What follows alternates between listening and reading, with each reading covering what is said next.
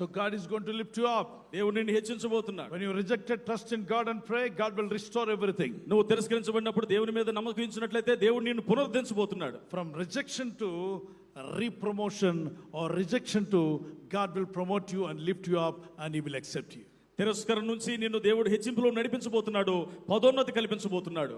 ఎవరు తిరస్కరించినా పట్టించుకోవద్దు. అలాగే దేవుని యందు భక్తి కలిగిన వారు పొరుగువాన్ని తిరస్కరించకూడదట. ఈ మాట గుర్తుపెట్టుకోండి. తన పొరుగువాన్ని తిరస్కరించేవాడు పాపము చేయుచున్నాడు.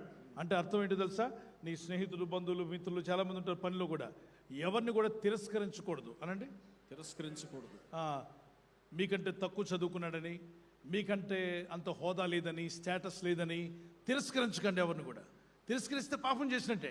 మీరైతే ఏ పాపం చేయకపోయినా ఆ వ్యక్తిని చూసి అసహించుకున్నారనుకోండి, మీరు పాపం చేసిన వాళ్ళు అవుతారు.